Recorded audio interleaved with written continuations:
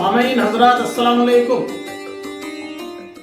ضلع بجنور، ضلع مظفر نگر، ضلع ہریدوار وغیرہ کے قرب و جوار تک علاقوں کی زبان کے تلفظ میں تشدید اور دو چشمی ہے کا استعمال زیادہ ہے۔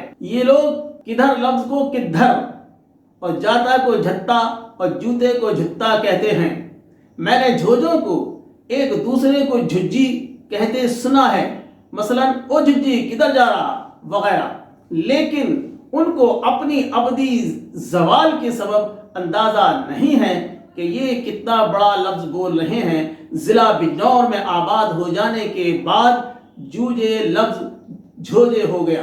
سیلابی طوفانوں والے علاقے میں رہائش پذیر ہو جانے کے سبب اور پیشہ سپاہیگری ہونے کے سبب یہ قبیلہ ترقی کی رفتار میں پچھڑ گیا۔ حکومت ہند نے انہیں پچھڑوں کی لسٹ میں رکھ کر ریزرویشن دیا تو آج جھوجے مال و دولت اور کاروبار میں کافی آگے بڑھ رہے ہیں۔ ہندوستان کی آزادی کے وقت یہ بہت پست حالت کے دور سے گزر رہے تھے۔ مغلوں کے زوال سے لے کر انگریزی دور تک پیشہ سپاہیگری ختم ہو چکا تھا، صرف زمینوں کی پیداوار اور جانور پالن پر گزارا تھا۔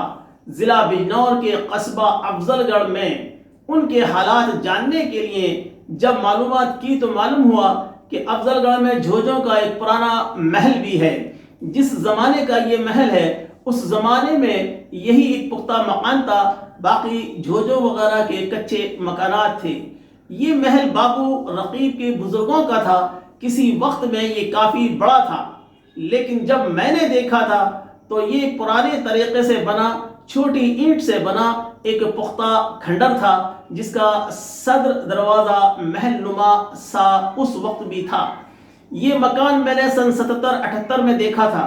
یہ مکان تو بابو رقیب کے لڑکے عبدالحفیظ کی ملکیت ہے، لیکن اس میں بابو حفیظ کے دور کے خاندانی آباد ہیں۔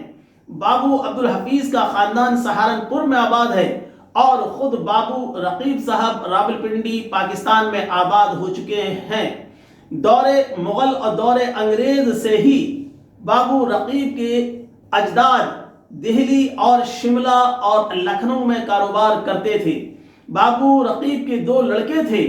بڑے لڑکے عبدالحفیظ جو کہ BSc پاس تھے اور لکھنؤ میں آزادی سے قبل تمباکو بنانے کی فیکٹری چلاتے تھے۔ چھوٹے لڑکے عبدالرؤف بھی BSc پاس تھے اور شملہ میں فوجی کینٹین کا ٹھیکہ لیتے تھے۔ خود بابو رقیب اپنی بلڈنگ میں دہلی میں پارلیمنٹ کے نزدیک خان مارکیٹ میں رہائشی اور کھانے کا ہوٹل چلاتے تھے اور فوجی کینٹین کا ٹھیکہ بھی لیتے تھے۔ تمام جھوجا برادری میں ان کی قبیلے کے سردار کی حیثیت سے عزت تھی۔ برادری کی میٹنگوں میں آزادی سے قبل بابو رقیب کو اور آزادی کے بعد بابو عبدالحفیظ کو صدر بنایا جاتا تھا۔ آزادی کے بٹوارے میں بابو عبدالرقیب اپنے ایک لڑکے اور لڑکیوں دامادوں کے ساتھ پاکستان چلے گئے۔ بڑے لڑکے بابو عبدالحفیظ جو کہ اس وقت اپنی کوٹھی لکھنؤ میں تھے کو اطلاع بھجوا دی کہ پاکستان آ جاؤ۔ بابو عبدالحفیظ نے لکھنؤ کی کوٹھی اور کاروبار اپنے کاروباری نوکر کے نام کر دیا اور پاکستان چلے گئے۔ جائیداد کاروبار نوکر کے نام یہ سوچ کر کیا تھا کہ اگر پاکستان میں حالات ٹھیک نہیں ہوئے تو واپس آ کر نوکر سے سب کچھ واپس لے لیں گے۔ پاکستان کے اس وقت کے خراب حالات دیکھ کر واپس ہندوستان آ گئے، لیکن روپیہ نہیں ہونے کے سبب نوکر سے مکان واپس نہیں لے سکے۔ پاکستان راولپنڈی والا خاندان آج کروڑوں کی کوٹھیوں میں آباد ہے، اب دبئی میں بھی ہے، اور بابو عبدالحفیظ نے کلکتے میں ایک تمباکو بنانے والی فیکٹری میں اکاؤنٹنٹ کی نوکری کر کے زندگی بتا دی۔ 5 لڑکوں اور 5 لڑکیوں کو BA MA تک پڑھایا لکھایا اور سب کی شادیاں کر کے اس دنیا سے رخصت دی۔ بابو عبدالحفیظ نے ایک خوبصورت مکان سہارنپور میں بنا لیا تھا، لیکن اپنے ایک پڑوسی کو اپنی ضمانت پر بینک سے قرضہ دلوا دیا تھا اور پڑوسی بغیر قرضہ ادا کیے مر گیا۔ اس کے لڑکوں نے قرضہ ادا نہیں کیا تو مجبوراً مکان فروخت کر کے بینک کا قرضہ ادا کیا۔ اس کے بعد زندگی کرائے کے مکانوں میں گزر گئی۔ یہ میں نے اس خاندان کی زندگی کے حالات بتائے جو جھوجا برادری کا سب سے معزز خاندان تھا، اور جھوجوں میں اگر بابو عبدالرقیب یا ان کے لڑکے بابو عبدالحفیظ کا نام لے دیا تو سر احتراماً جھک جاتے تھے۔ بابو عبدالحفیظ صاحب سے جب میں نے زمین و جائیداد کی پرانے دستاویز دکھانے کو کہا تو انہوں نے بتایا کہ ساری پرانی دستاویزات ان کے والد بابو عبدالرقیب کے پاس رہتے تھے۔